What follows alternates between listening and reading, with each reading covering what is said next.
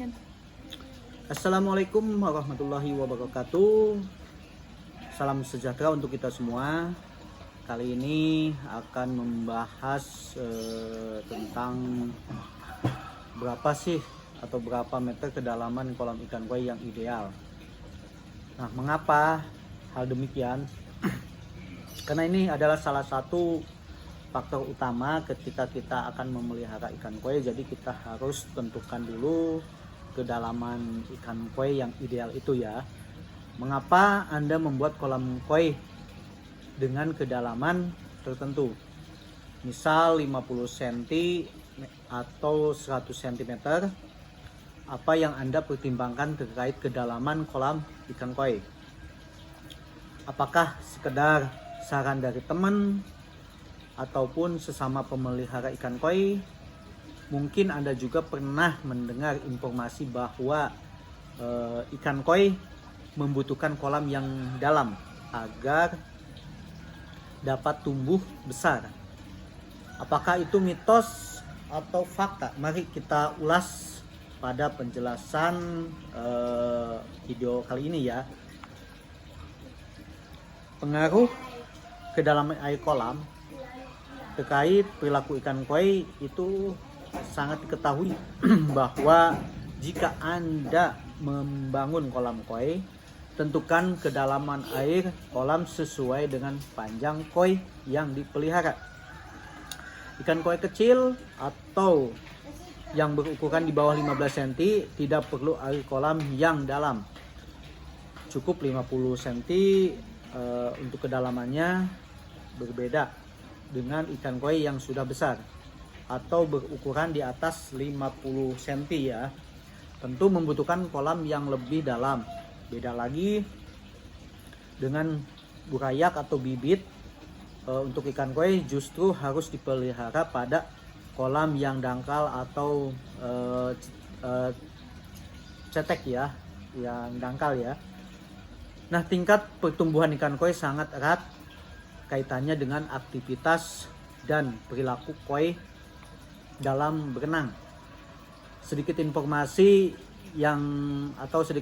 tentang perilaku ikan koi bisa disampaikan dalam video kali ini. Yang pertama itu tingkah laku ikan. Jadi tingkah laku ikan kita harus diperhatikan. Jadi apa yang membuat ikan koi tumbuh lebih cepat? Antara lain adalah dengan melihat perilakunya. Ikan koi yang berenang aktif atau ikan koi yang berenang aktif akan lebih cepat tumbuh jika dibandingkan dengan yang bergerak lambat atau diam. Oleh sebab itulah maka diperlukan ruang gerak yang cukup. Ikan koi yang cenderung bergerak cepat biasanya menggunakan sirip ekor ketika berenang, sedangkan ikan-ikan yang bergerak lambat biasanya menggunakan sirip pektoral dan sirip anal ketika berenang. Perbedaan penggunaan sirip tersebut akan mempengaruhi kecepatan renang dan pertumbuhan ikan. Nah, kecepatan renang ikan koi itu dibagi lagi beberapa bagian. Biasa yang disebut adalah sustainable speed atau kecepatan renang terus menerus, atau sustainable speed yaitu kecepatan renang ikan di mana ikan tersebut berenang secara terus menerus tanpa tekanan yang cukup berarti. Nah, ada juga prolonged speed atau kecepatan renang lanjut, yaitu kecepatan renang ikan di mana ikan berenang dalam keadaan mempertahankan kestabilan daya tahan renangnya. Nah, ada juga maximum speed.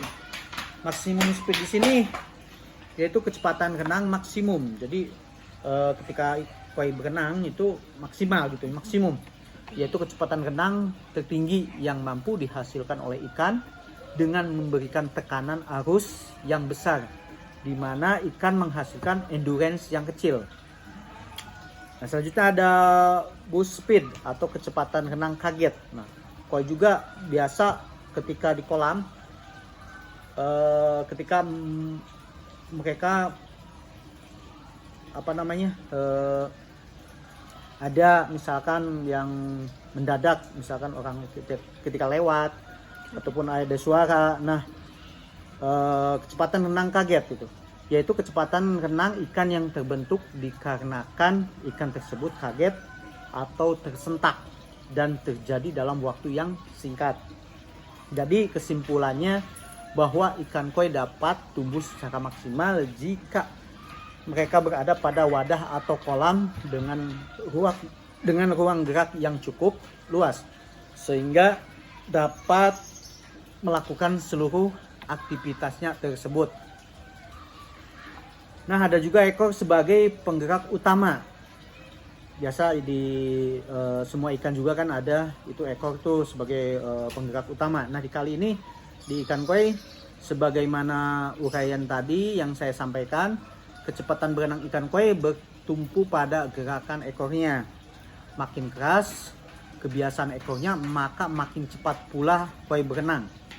Koi yang memiliki bagian ekor yang kuat tentu dapat berenang dengan cepat. Kekuatan ekor koi ditandai dengan bagian pangkal ekornya atau yang dikenal dengan nama ujutsu ya, ujutsu kalau bahasa luarnya gitu, ujutsu kalau dalam perkoian. Oleh karena itulah, maka untuk memprediksi apakah seekor koi punya bakat jadi besar atau jumbo adalah dengan mengamati bagian pangkal ekornya atau yang tadi disebut ujutsu. Biasanya koi dengan ujutsu yang tebal maka kemungkinan besar akan tumbuh menjadi koi jumbo. Nah, ada pula gerakan renang vertikal. Faktor lainnya yang menunjang kecepatan pertumbuhan koi adalah aktivitas berenang vertikal. Gerakan renang vertikal ini biasanya terjadi ketika ikan koi sedang berada di dasar kolam. Lalu tiba-tiba Anda memberi pakan, misal, maka gerakan renang koi dari dasar kolam menuju ke permukaan untuk mengambil pakan dilakukan secara vertikal dengan cepat. Nah, biasa kejadian ini di awal ketika koi setelah puasa biasanya gitu ya. Gerakan koi dalam berenang secara vertikal inilah yang menimbulkan reaksi pada otot dan tulang dan akan mempercepat pertumbuhannya. Semakin sering koi berenang vertikal, maka panjang badannya juga akan makin cepat bertambah. Hal inilah yang menjadi alasan mengapa kedalaman kolam sangat penting agar koi dapat berenang secara vertikal. Nah, ada kedalaman kolam sesuai ukuran koi juga bisa mempengaruhi, yaitu seperti untuk bibitan ya, untuk burayak koi. Untuk ikan koi yang baru menetas biasanya atau disebut burayak atau berumur di bawah 3 bulan, maka selayaknya dipelihara di kolam lumpur atau mud pond dengan kedalaman air tidak lebih dari 40 cm. Mengapa demikian? Yang pertama itu adalah karena burayak ikan koi masih belum memiliki kemampuan fisik untuk berenang di kedalaman air.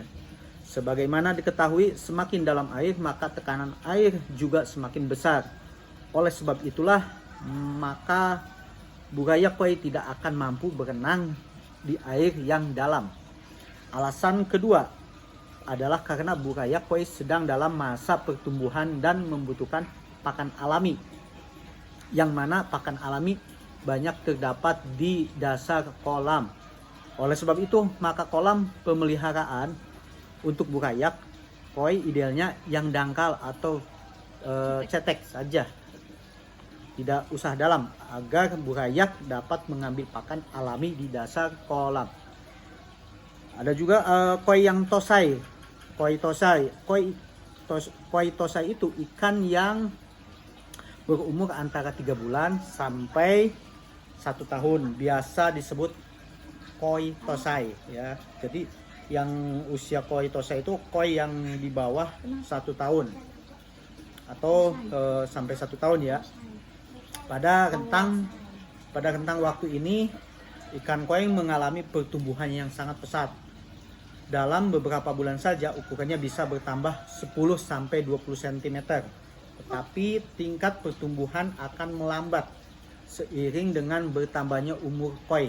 Atau dengan kata lain, koi semakin tua maka makin lambat tingkat pertumbuhannya.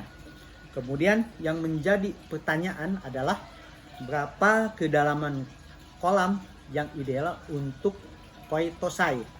Idealnya koi membutuhkan kedalaman kolam dibanding panjang badan koi dengan rasio minimal 1:3.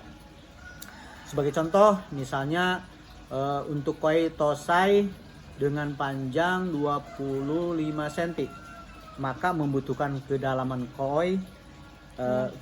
kolam idealnya adalah 75 cm. Beda lagi dengan koi dewasa.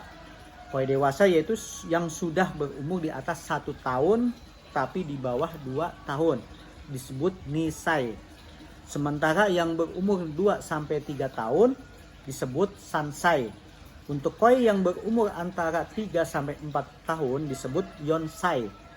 Dan yang berumur di atas 5 tahun disebut gosai. Koi yang sudah dewasa biasanya memiliki panjang rata-rata antara 50-60 cm.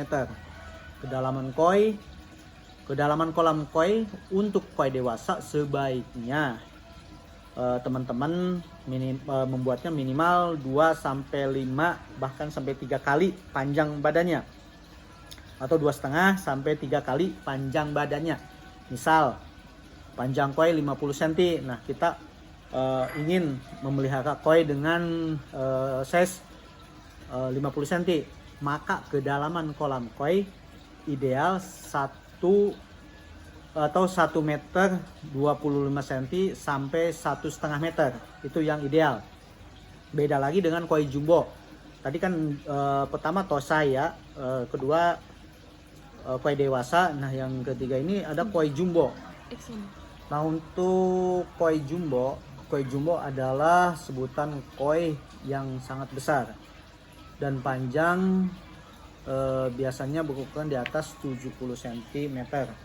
Jika Anda ingin memelihara koi khusus untuk koi jumbo, maka idealnya diperlukan kolam dengan kedalaman kolam ikan koi minimal 2-3 meter.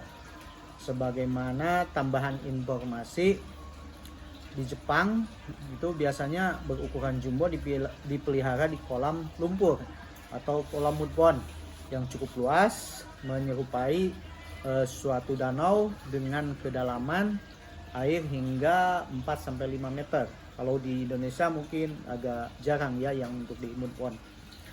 Nah, itulah pembahasan untuk berapa meter kedalaman kolam koi yang ideal, yang sesuai ukuran koi untuk bagi teman-teman semua. Terima kasih atas waktunya, semoga bermanfaat. Assalamualaikum warahmatullahi wabarakatuh.